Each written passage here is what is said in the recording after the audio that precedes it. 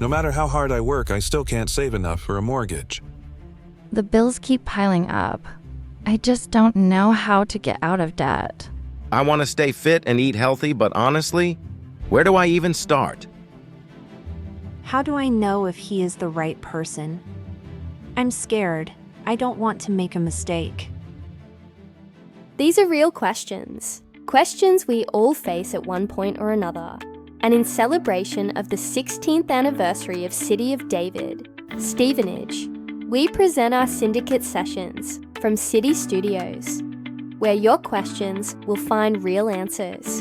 From finances to fitness, from career to calling, from love to life balance. Our community of professionals and experienced voices will share biblical wisdom, tools, and insights to help you transform your journey. Join us Saturday, 18th of October 2025 from 8 a.m. live on our YouTube channel, City Studios, where real questions meet real answers.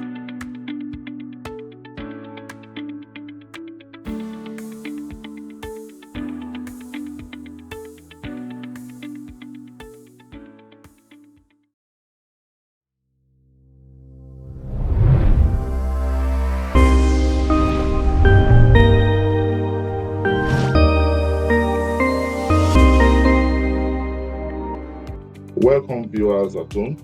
My name is Adeshino Amujo. I'm your host for the program today, and welcome to City Studio, a program brought to you by the City of David, Stevenage, a church where we experience love beyond reason. The topic we have today is a very significant topic, a topic that touches the life of every individual, irrespective of where they are, irrespective of the country where they live, and we felt it's a topic that is going to impact the life of many people. We are talking about rent to mortgage, how people can become the landlord of their own house, how people can stop living in a rented apartment and own their property and go beyond that to even become a landlord and rent properties out to people. So we felt this is a program that is going to impact many lives, and it's a program that is going to transform many lives. People have a lot of questions about getting a mortgage, how they can join the ladder, how they can do things. And we are bringing this to you today. We are bringing an expert, a professional that has been in this for a very long time, and someone that has been so seasoned in the industry of getting mortgage, advising people financially. I am a financial accountant in the United Kingdom, and I'm a consultant, a business consultant as well. Along with my guests, we are going to bring to you a very, very, very robust program that will support you towards your dream of becoming a house owner. Our guest today has a decade of banking experience. She has worked in the banking industry for over a decade. She has been able to support a lot of homes in securing their mortgage, in refinancing their properties, and in building property portfolios in the United Kingdom. Our guest has a double degree in information technology and financial technology as well, which is a blend of financial depth and technical insight towards achieving the dream aspiration of individual. Also, our guest tonight is an accomplished financial advisor. She's a member of CPAP and a professional to the core. She's going to come here today with her wealth of experience to ensure that we are all blessed and we are able to achieve what we want to achieve. Beyond mortgage, she's a passionate helper of families. She has achieved a financial security support for a lot of families through insurance solutions, driven by integrity, excellence, and a genuine commitment to making finance empowering and accessible. So our guest today is Sister Chioma Oyeoko. Welcome to the program, Sister Chioma. Thank you, Broshino, for that wonderful introduction. And to our viewers, I just crave your indulgence that you stay back and enjoy this wonderful program. Thank you. Thank you so much. I believe you are prepared for a lot of questions today. Everybody wants to become a landlord, and we appreciate your sparing your time to come and join us on the program today. So we are talking about rent to mortgage today, and this is a program that is vastly common and popular among people. Everybody wants to own their house. Everybody wants to become a landlord. So let's dive straight into it. Can you just give us an overview of what mortgage is all about? Just a general overview about it. All right, thank you, Broshino. Thank you for that question, because that's actually the question that is in the mind of everyone that is trying to buy their property, especially the ones that are buying for the first time, that we call first-time buyers. Yeah, knowing the basics of mortgage will help anyone that's trying to climb the property ladder to make an informed decision. Mortgage is just a loan, is a loan that you take to buy a property. In other words, is a loan that is secured by the property that you buy. What it means is that you take a loan from a lender, from a bank. So when we say lenders, you can have high street banks, you can have building societies, you can have some cooperatives. In the UK, you have the major lenders, mortgage lenders are the high street banks, the building society, and some specialist lenders. So you take a loan from this financial institution and you buy a property. So the property that you buy is the loan that you take is secured by the property that you're buying, and then you pay the loan back over a period of time, usually between 15 to 30 years, as the case may be. So if you take this loan and you're not able to repay your mortgage, your property might be repossessed. This is very important for our viewers to understand, that if you can't repay your mortgage, your property might be repossessed. And then coming down to the jargons about mortgage, we talk about equity contribution.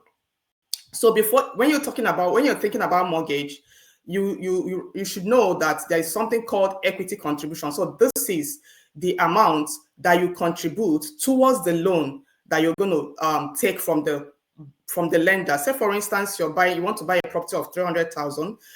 Depending on your circumstances, some lenders can lend 5%, can ask you to contribute 5% equity contribution. That's giving you 95% LTV, or they can ask you to do 10% equity contribution. That is the one that is usually peculiar to our community, as the immigrants without indefinite leave to remain. So the 10% you're contributing is now your equity contribution. So if you're buying a property of 300,000, sorry to interrupt you. To the viewers at home, I know you are going to hear a lot of financial terms as an accountant. If you have any terms, she called it jargons. They are not jargons, they have in-depth meaning. So if you have anything you have that you want a meaning to, just send it to the comment below so that we'll be able to explain it as we go on in the program, so that you'll be able to carry everybody along through the program. Now, Sister Choma, I want us to take it bit by bit. Now, to some of our viewers, the word high street banks, some of them, they think it's a different kind of bank. So when you say high street bank, what do we mean by high street bank? Because some of them will see it as if it's a specialized bank that is completely different from the other banks they know. So can you just break that word high street bank? Can you break it down? Okay. So the high street bank simply means the banks that you know, the HSBC, the Barclays Bank, the Halifax, all those banks that you know. Why the building society, most times when you hear a building society, will always name themselves building society. So you have the likes of, let's say, Leeds Building Society. You have the likes of Skimpton is a building society. Principality is a building society. So you don't have to worry yourself about that. Let your mortgage advisor worry themselves about. Now, what's not the difference between the high street and the building society? The difference between the high streets and the building societies is most times, not every time, most times, the high street bank rate is usually cheaper than the building society. And then the building society rate is cheaper than the specialist lenders. Like their name implies, but when you're going to the specialist lenders, that means there's something there's something that is stopping you from going to the other two. So, like I said, it's not every time, but depending on someone's situation, high street banks rates are usually known to be lower than the building society. Just for this contest, the difference, I'm just explaining the difference for this contest. I want us to have an in-depth understanding about the whole program so that everybody listening will be able to have a good knowledge of what we are talking about. So that's why I want us to break it down. So when people are approaching brokers and they are telling them, I'm taking you to the building society, I'm taking you to the high street bank, they will not look like, where are you taking me to? So that's why I just want us to clarify those two so that people will know the difference between the high street and the building society. Now, 100%. that takes us to the next question. You mentioned something about it. You talked about the equity. A lot of people are interested in going for mortgage, but the primary challenge a lot of people face, these are just the general questions we are able to pick around. Then we begin to say the question from the viewers, question that they have sent in later. Now, the first challenge people have is, how do I even raise the deposits, which is what we call equity now. How do I raise the deposit? And looking at my status, maybe I'm an immigrant, I don't have my permanent residency yet, or I don't have ILR or British. How many percentage should I be looking at? Okay, so I'll start from your first question because you've given me two questions here. The first one is, how do I build my deposit? So to build enough deposit for mortgage, it takes planning, it takes discipline, it takes strategy. Now, the first thing I'm going to say is that you need to have a project. You need to if you don't imagine it, you can't achieve it. But once you imagine it, once you take up, call it a project, then you can now start thinking of the strategy, the discipline that you're going to take to achieve that project. First of all, you need to create a dedicated savings plan. That's where it starts. You need to create a dedicated savings plan. You can open a separate account. If you're under 40 years, I will advise that you open a life ISA. Now, the life ISA is kind of account that helps you to build your deposit for purchasing your first property. So the money you put in this life ISA, you're expected to put, if you put up to 4,000, the maximum that you're expected to put in 1 year is £4,000, and the government gives you back 25% of the amount that you put. That does not mean you cannot put less than £4,000. Now, that life ISA, you can just calculate, the number of years you're trying to build. It's not like you're going to just depend on that, but it's going to help you to build your deposit towards purchasing your first property. Remember, that life ISA is for your buying your first property. You can't, if you take out money from it, it might attract charges. So the other way you can use that money is maybe when you're over a certain age. But if you start putting money for it, it's not your regular savings. And then the next one is, sorry, we're not talking about marriage, we're not talking about families, but I know a lot of people are married. If you're married, if you're not single, if you're married, it gives you a better opportunity to save towards deposit. It's an advantage. I want to use this opportunity to tell people that are married to thank God, because if you're married if you're married in this country, it gives you an edge to someone that is single. So people that are married, please keep your marriage, because it gets why. So if you're a couple, you can plan yourself, because that part of the Bible that says 1 will chase 1,000 and 10 will chase 10,000. That mathematical expression is not correct. But when you look at it very well, especially in this country, you'll find out that God has a reason for saying it. So if you're a couple, cut down your expenses. Don't do my money is my money, his money is our money. Talking to my female folks now. Have one pot, have one financial pot, and start doing your savings. I tell you, you'll be surprised, you'll be shocked at how you're going to build up this deposit quickly. Another one is to look at your expenses and then cut some certain things. You know, when I speak about this and I tell people cut some expenses, some people will look at their direct debits and the first thing they go to remove is their insurance. Please, if you've got insurance in this country, please, that is not the first thing you're going to cut down. Your insurance is very, very vital. In fact, your insurance is the bedrock of any investments you're doing. So please don't look at your insurance. Look at other expenses, other direct debits that you don't need. Some people have insured their phones. Why are you insuring your phone? To be honest, so so you look at some things. Some people have Sky TV, different subscription, Amazon, Netflix. Look at all those things and see if you can really cut down on some certain things. And then another one is to kind of use a model. But there's a model that I've created that you can actually use to monitor your 100% income. So when your income comes, the way you spend this income matters a lot. If you do your budgeting every month, it will help you to cut down on the things that you don't need. So in that way, this is just simple financial literacy. That way you'll be able to build your income. You mentioned something about the financial model you develop. To the viewers at home, you can see Sister Choma's email at the bottom of the screen.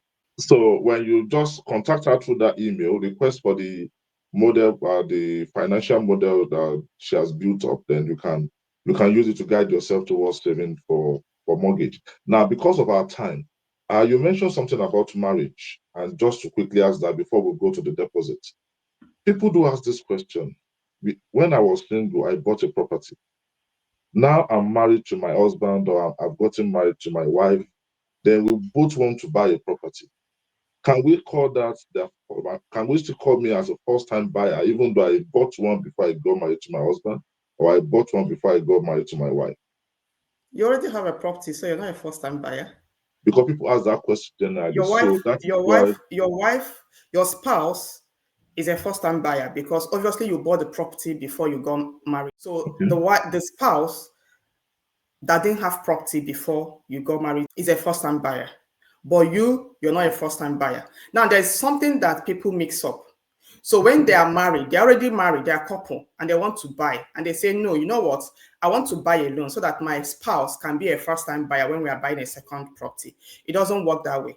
If you buy a property when you're already in a civil relationship in this country, whether you buy it alone or you buy it with your spouse, both of you own the property. So both of you can qualify as first-time buyers in your next property. Okay. And just to check, what is the limit for the first-time buyer for stamp duty? The stamp duty free? So it was reviewed down when this government came. So I think it started from April 2025. So the limit now is £300,000. So if you're buying a property that is above £300,000, you're going to pay stamp duty on the excess of the £300,000. Say, for instance, you're buying a £400,000 property, you're going to pay stamp duty on £100,000. So the first £300,000, that's where your first-time buyer allowance falls in. But after that £300,000, you're paying a stamp duty. So if I get you right, aside from your deposit, when you are buying a property or planning to buy a property, just like what you talk about planning, you should plan for additional expenses as well, not just your deposit. Exactly. So it depends. That's where budgeting comes into play now. Okay. So most people, I've had some people come to me and say, you know what, it's actually cheaper to buy to rent in the UK than to buy a property. And they've come up with so many analogies. So say for instance, someone is living in a 3-bedroom flat. The person is paying £1,300. And then you're now trying to buy a property and you're looking at a new build 3-bedroom house. Remember, you're living in a 3-bedroom flat and you're looking at a new build 3-bedroom house. And then you come back to say, okay, by the time I calculated, and maybe the 3-bedroom house is in Stevenage, obviously, is about £600,000. Yeah. So by the time they do the calculation, they say, okay, my monthly repayment is XYZ. I'm paying tax on £300,000. I'm paying this one, I'm paying that one. You see, it's cheaper for me to live as a tenant. So if you can't compare the property you're looking at and the property you're going to buy. So if you really want to cut your budget, you should look at, if you want to make an honest analysis of these two, being in a rented apartment and buying your own property, you should look at a property that is equivalent to where you're staying currently. And you'll find out that you might be paying, if not you might, I can tell you that you're paying about 50% extra to your landlord. Yeah, you're paying 50% extra. So when you're trying to buy a property, it's very good to sit down with a financial advisor, do this calculation. And when you're sitting down with a financial advisor, let it not just be your affordability that the person is calculating. Let it not be just, okay, I can afford a property of £600,000. Calculate what the impact is going to be on your own finances. Is it what even though I can afford it, do I need to go that route? So that would take me to one of the questions from our viewer. The question is, I have identified a property, but the price of that property is high. How do I deal with it? That's one of the questions from the viewers at home. Okay, you've identified a property, but the price is high. How do I deal with this? The price is high. Yeah. Now, that takes us back again to what we talked about, what I was saying about budgeting. First, you need to look at your budget. If you're saying that property is high, maybe it's not for you. If it's for you, then you might be looking at, okay, in what aspect is it high? Because being high is relative. Is it high that you don't have the deposit, like the equity contribution? Is it high that the monthly repayments? Because most times when people are looking at property, they are only looking at their equity contribution. Yeah, they are looking at, okay, I have £30,000, so I'm going to buy a property of £300,000. Or I have £50,000, so I'm going to buy a property of £500,000. Without sitting down to calculate what their monthly repayment is going to be. That is very important. That is why I say you should sit down with a financial advisor to do all this calculation for you to be able to know if you can afford it monthly. So in what aspect is this property high for you? Is it on the equity contribution or on the monthly repayments? For me, I tell people, look at your monthly repayment, because this is what you're going to be paying, every month. After the equity contribution, what hits you on your face is the monthly repayments. So make sure that the monthly repayments is affordable. For equity contribution, there are lots of ways you can make up your equity contribution if you want to buy a property. But the most important thing is your debt to income ratio. Because some people have other debts, and then maybe car finance, blah, blah, blah, and then you're buying a property and then you're increasing. So you need to really do that calculation, your expenditure, your committed expenditures, monthly expenditures versus what the new expenses you're going to be making from buying this property. So it's a lot of calculation that you need to sit down with your financial advisor, do this calculation, and then don't put yourself under pressure, please. Don't put yourself under pressure. Don't go buying a property that is too high, because maybe you want a brand new property, or maybe you're insisting on buying a property in an area that is very expensive.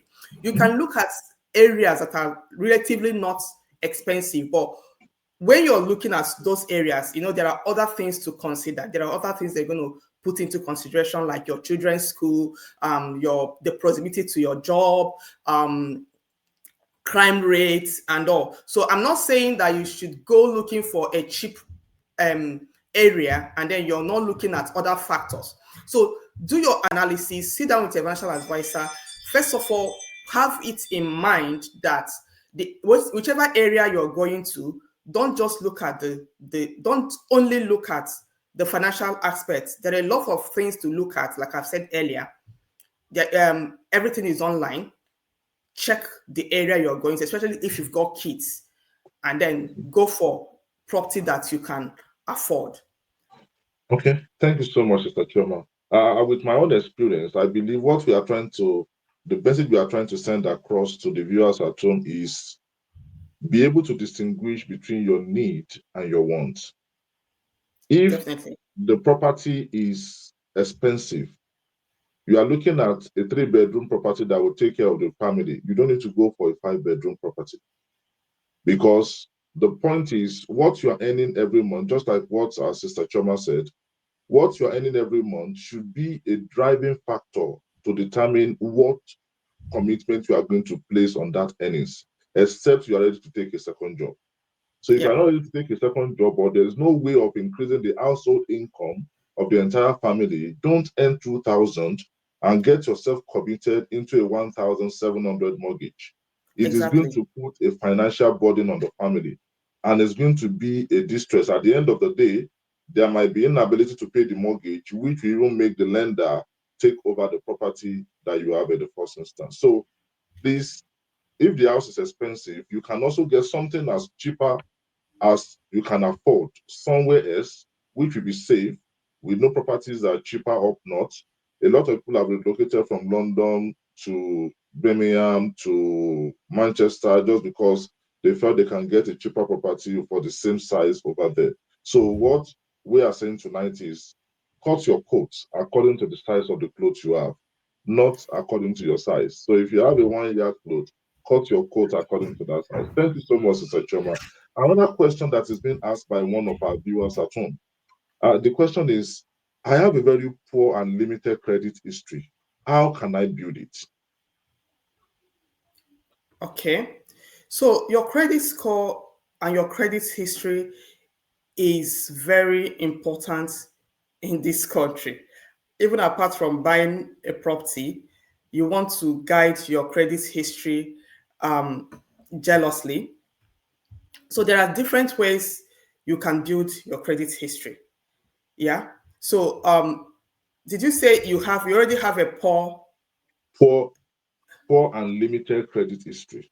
That means the credit history is poor. That means it's below fair.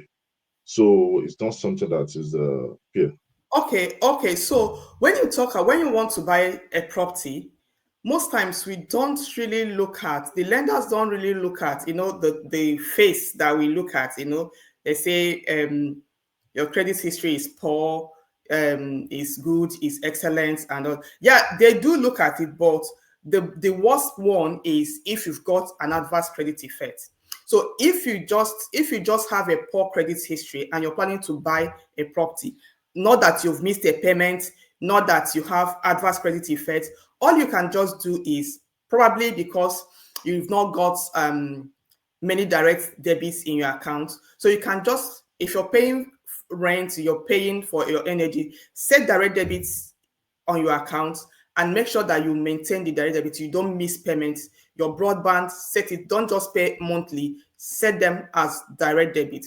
Another way to boost your credit score is also to take a credit card. So when you take a credit card, you're taking it because you know that you want to boost your credit score. So you're going to be using it and then repaying back.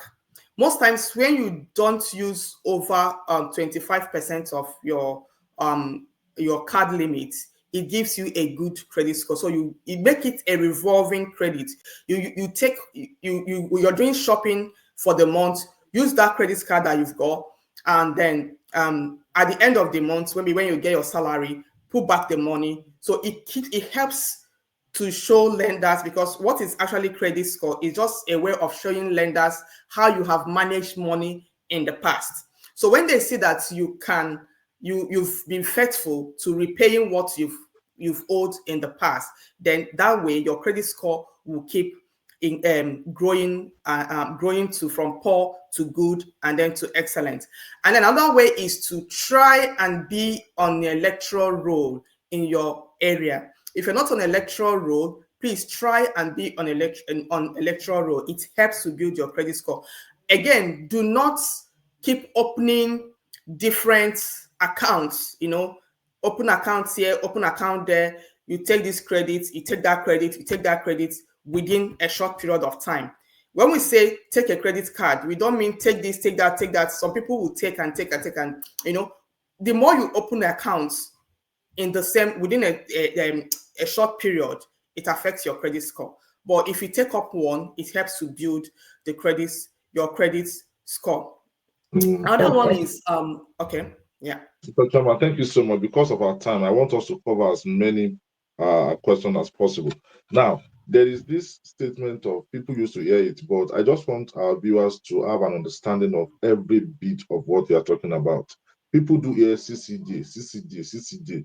I have CCJ on my credit score. I have CCJ on my. I know it's an adverse stuff that shouldn't be on someone's credit score, which can prevent somebody from even getting a mortgage in the first instance. So what is the CCJ that people always talk about? You know it, I know it, but a lot of our viewers at home, probably they might not even know what CCJ is all about. So what is the CCJ?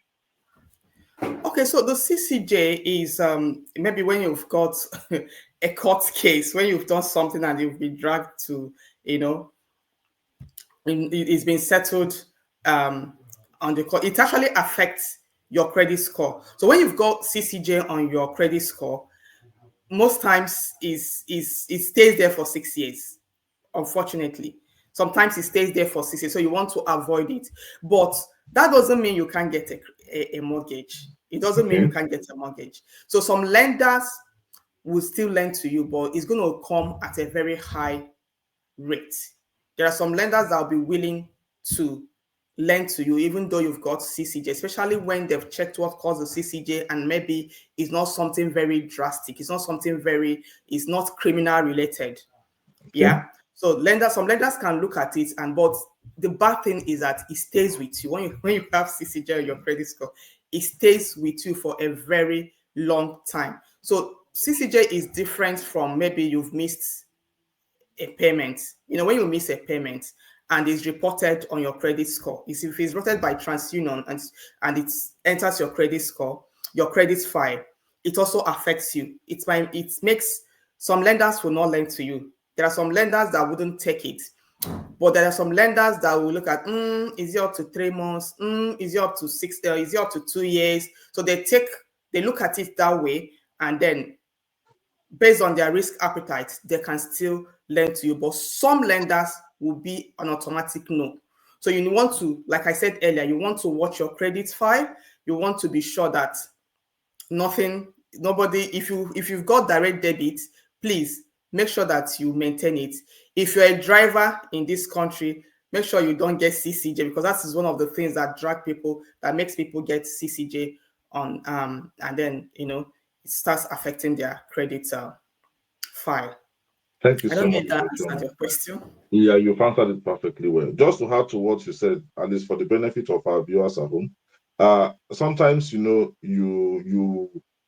have this dispute between you and the what's it called, water provider or the electricity provider, and you are dragging a rate. I'm not paying, I'm paying, I'm not paying, I'm paying, and they have been sending you letter. You just ignore the letter. Most of the time, a lot of people even have that CCJ without even knowing that, because those people transfer the matter to the county courts and they pass a judgment that you are owing. And without even knowing it, a lot of people I've seen a lot of people that will say, I just checked my credit score and they said I have a CCJ. I don't even know where it came from. So when you receive a letter from somebody that provided service to you and you are not satisfied with that fee, or you have a dispute to resolve, try and resolve it. Don't just ignore their letter. Because if they are not able to reach you or you are not responding, they just pass the document and the debts over to debt collectors, who will now move it over to the request for payment from the court and things like that. So we should just try as much as possible, just like Sister Chioma said, to protect our credit score, because that is everything about us. You want to open a bank account in the UK, your credit score is important. You want to get a mortgage, your credit score is important, and things like that. Even if you are going to get a mortgage, the interest rate is also very, very important, so that you don't pay more than others just because the credit score is not good. Sister Choma, another question that just came in, probably the last question before we just do a kind of roundup. This viewer is talking about high interest rates and long repayment plan. Which one is better? High interest rate with shorter repayment plan, or low interest rate with a long repayment plan? Somebody getting like a high interest rate, maybe from the building society, but Mhm, repayment plan is for a short period of time, and mhm. someone else getting a low interest rate from the main high street bank, but has about 30 years or 35 years to pay back the loan. Which one is advisable? Okay, so this question is relative. There is no wrong or right answer. It all depends on your budget. Yeah, because if let me explain it. So if you've got a long repayment plan, if you let's say you take a loan, a mortgage, and the mortgage is 30 years term, what it does for you is that it reduces your monthly repayment, right? Like if you're expected to be paying, let's say 1,005, if you take the loan, if the term is 25 years, when you make it 30 years, it might drop to say 1,003. But the downside of it is that at the end of the mortgage, you would have paid higher, right? You would have paid higher than what you would have paid if you take a shorter repayment, if you take a shorter tenor. So if budget is the problem, if budget is your problem, you want a cheaper or a smaller monthly repayment, you can go for a higher tenor. But if you're looking at, you don't want to pay the bank too much at the end of your mortgage, then you should be looking at taking a shorter. That's when the budget is not a problem. You can take a shorter tenor so that you finish your repayments faster. So when talking about rate, so if the rate obviously affects your the amount you repay monthly. So everything boils down on your monthly repayment. So if you're going for a higher rate, obviously you know that your monthly repayment is going to be higher than someone that gets a cheaper rate. So what I think you should do is, that's where a financial advisor comes into play. Do this with a mortgage broker. The mortgage broker will be able to shop around and be able to get you a product that suits your need. So it depends on what your need is at that particular time. Like I said, are you looking to pay smaller amounts of money monthly, or are you looking if budget is not your problem, you want to pay off the mortgage very fast, then you can look at getting the mortgage, getting a shorter tenor. And there's something I also want to say about this. If you take a 30 years tenor, say for instance, budget is a constraint for now, and you take a 30 years tenor, that doesn't mean that if your situation changes tomorrow, that you can't change that tenor, because you've got time to remortgage, you've got time to should I go on? Yeah, sorry to interrupt you. I want to chip in something there. Just to twist the question a little bit more. You mentioned something about not having a good credit score, and probably that might lead to having a high interest rate to start with to get a mortgage. Yeah. Now, in a situation whereby somebody goes into a mortgage of 25 years with a proposed interest rate higher than the normal interest rate because of the situation at the moment, what will you advise the person to do when fixing the rates at the beginning? Brilliant question. Very brilliant question.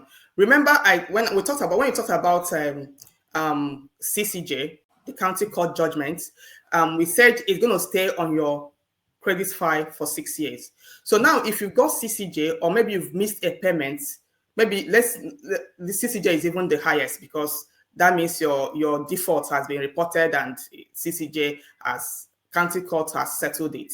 So let's say you missed a payment, and you had this issue, you didn't reply their mail like you said, and it has entered your credit score. It's not a CCJ. After some time, it's going to clear. Yeah.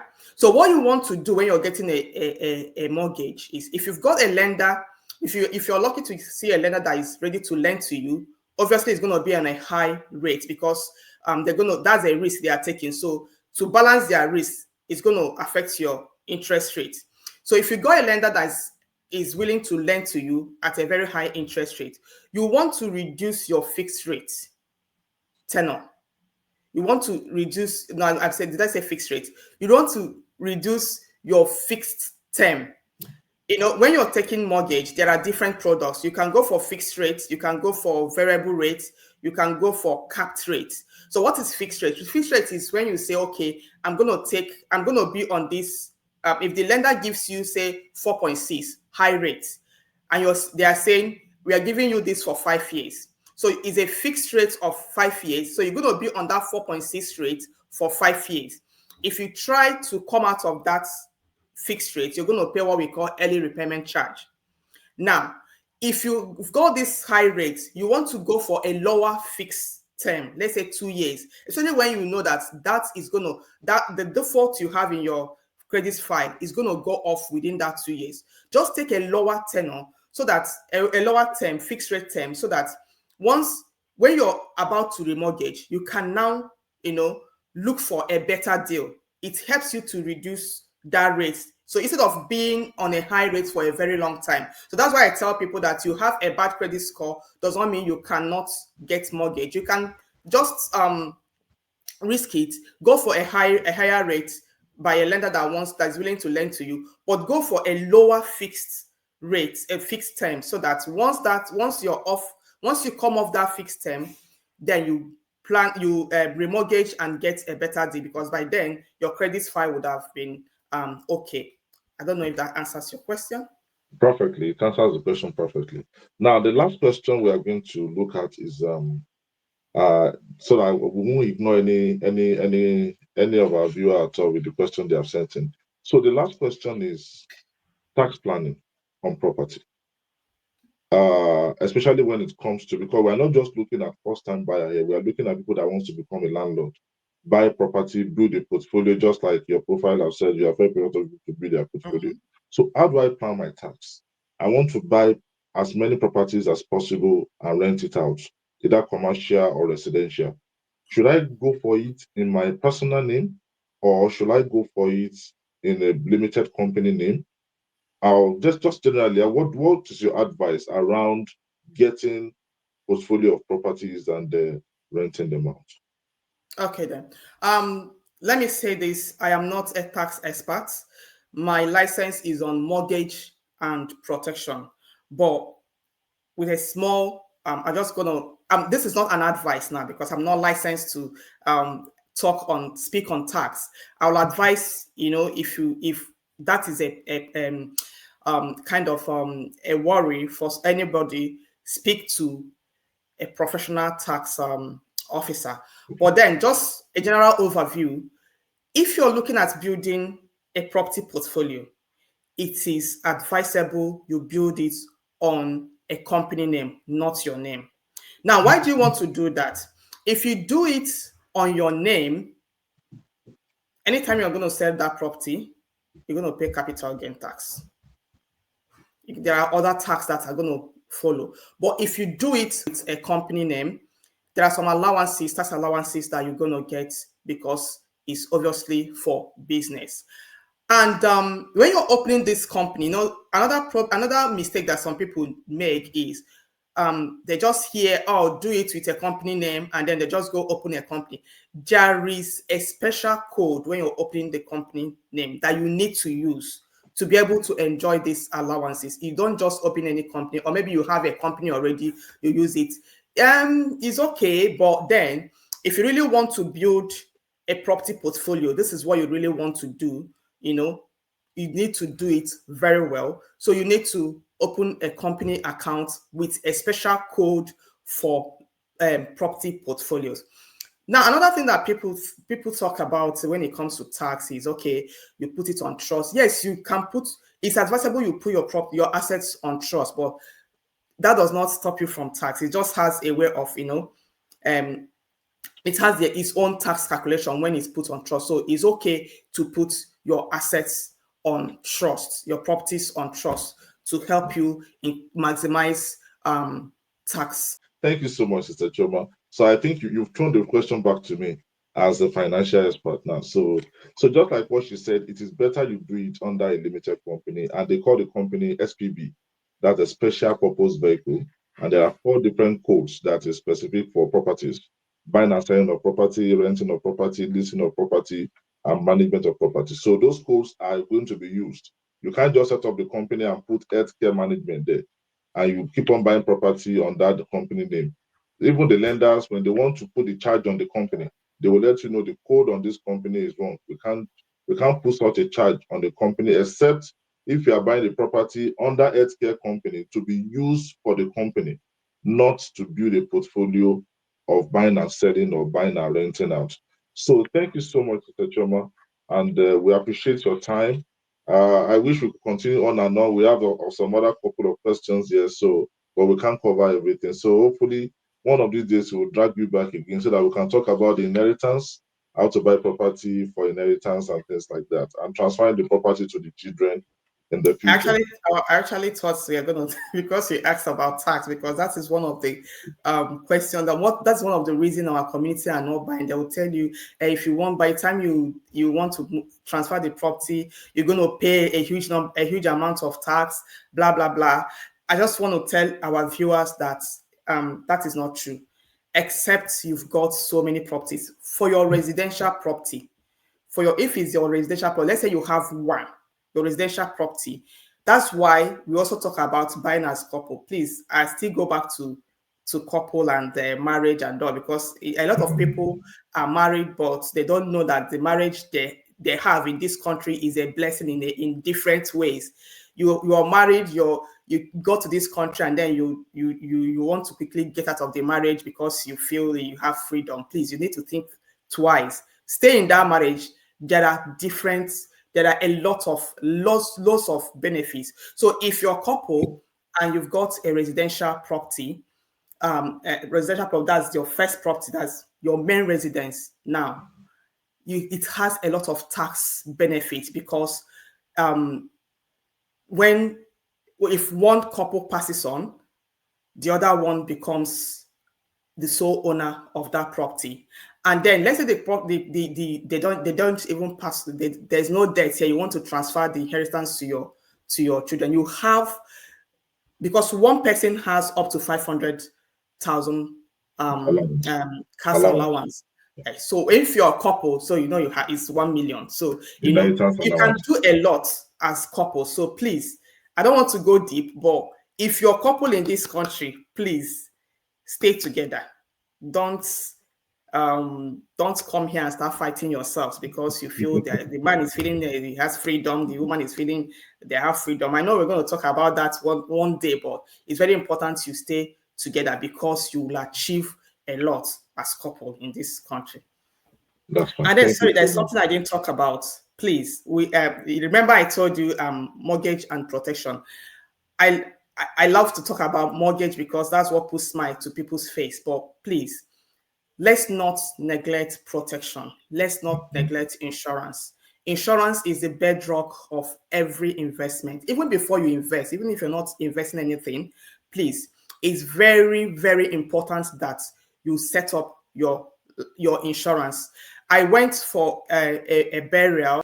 This couple bought a property in June, and the man passed on in August. The only saving grace now is that they set up insurance. Please, insurance, if you're thinking of mortgage, you need to think of insurance. Because if anything happens... Sorry, I know you're talking about insurance, please. Just because we have very few time to spend more, can you just be specific about the type of insurance you are referring to, so that at least the viewers at home will know the type of insurance we are talking about? We are talking about life insurance, income protection, I believe. Yeah. Okay. So I just wanted to mention the specific name so that they will know the type of insurance. There are a lot of insurance outside there. There's medical insurance, there is health insurance, and things like that. So that we'll be able to specifically tell them what they need to protect the mortgage they have borrowed, so that they will not pass the burden to the entire family in case anything happens, which nobody prays for anyway, but it could happen without anybody's expectation. So please just mention the specific name so that they will know the type of insurance they need to get. Thank you. Okay, thank you, Broshino. So you need life insurance to cover your mortgage, just in case. What does life insurance do? In the event the policyholder passes on, the insurance company will pay the sum assured that you've covered, right? So most times, if you're taking a mortgage, most people do what we call decreasing term assurance. That's insurance that covers the specific amount they borrowed from the bank. Yeah.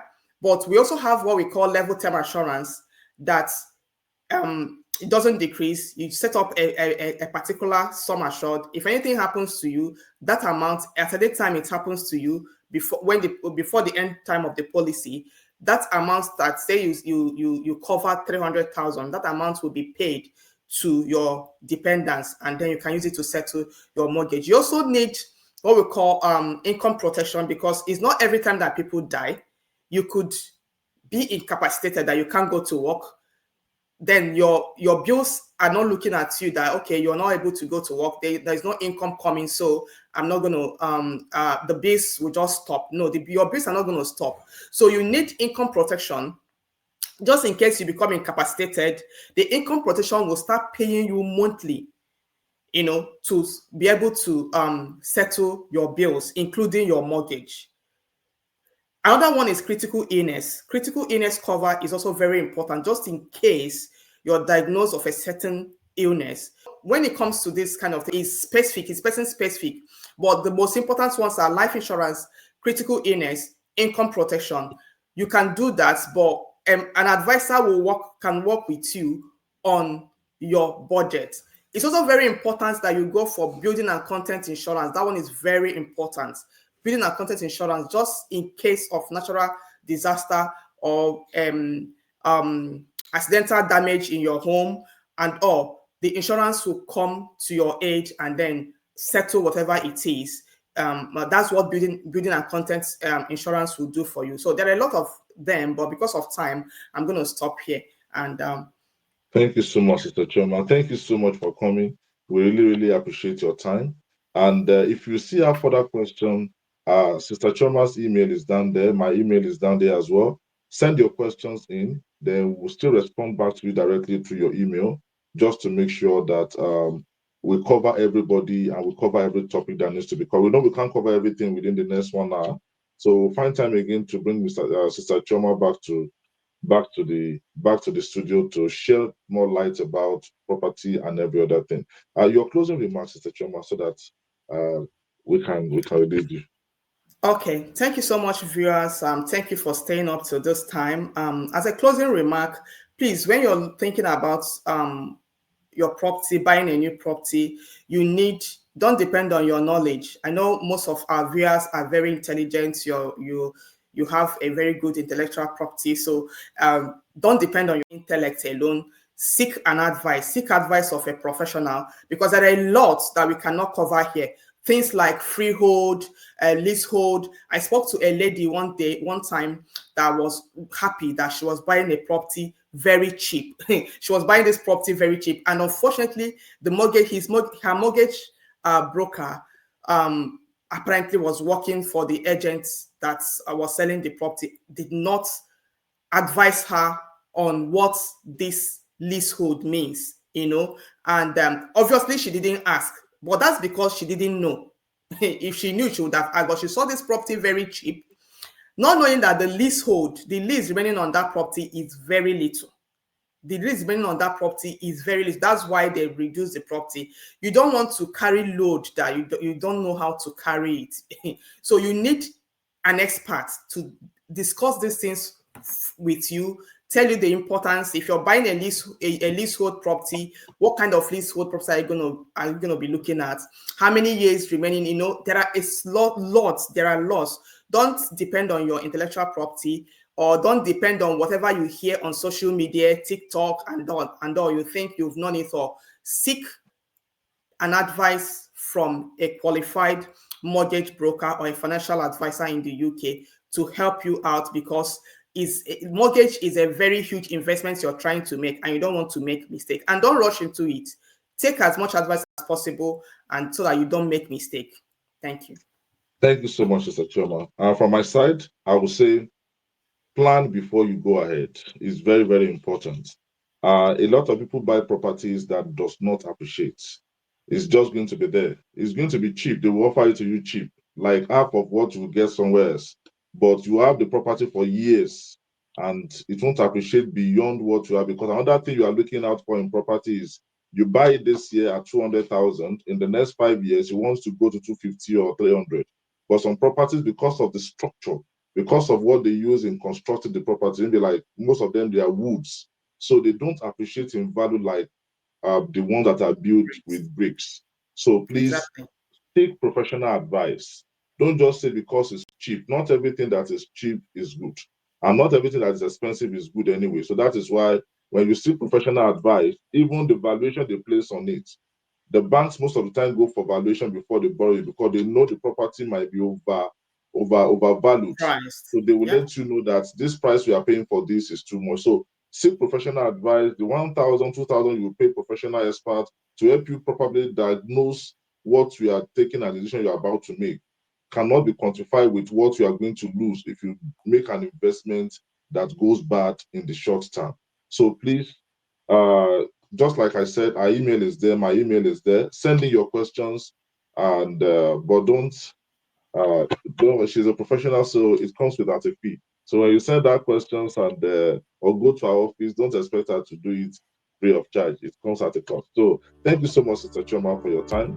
We appreciate your contribution. That was the conversation from the City Studio, from City of David, Stevenage. And we believe you have been blessed, and most of the questions you have sent in as audience has been answered. So don't forget to continue to comment and make your comments, ask your questions, and the discussion still goes on. We are not stopping it here. Keep on asking your questions. We'll take them and we'll respond directly to you individually. And if you are in town at any point in time, you can just come over to City of David in Stevenage, where we treat everybody like a family. So thank you so much for staying tuned. Thank you for staying with us on the program today. Thank you. We want to say a big thank you to you all for joining us today. We hope you've all been blessed by this edition of City Studios. We warmly invite you to be part of our family at RCCG City of David Stevenage, a place where we experience love beyond reason. Join us every Sunday at 10 a.m. for our celebration service and grow deeper in the Word with us at Bible study every Wednesday at 7 p.m. For more information and updates, visit our social media pages and stay connected. City of David Stevenage, where we experience love beyond reason.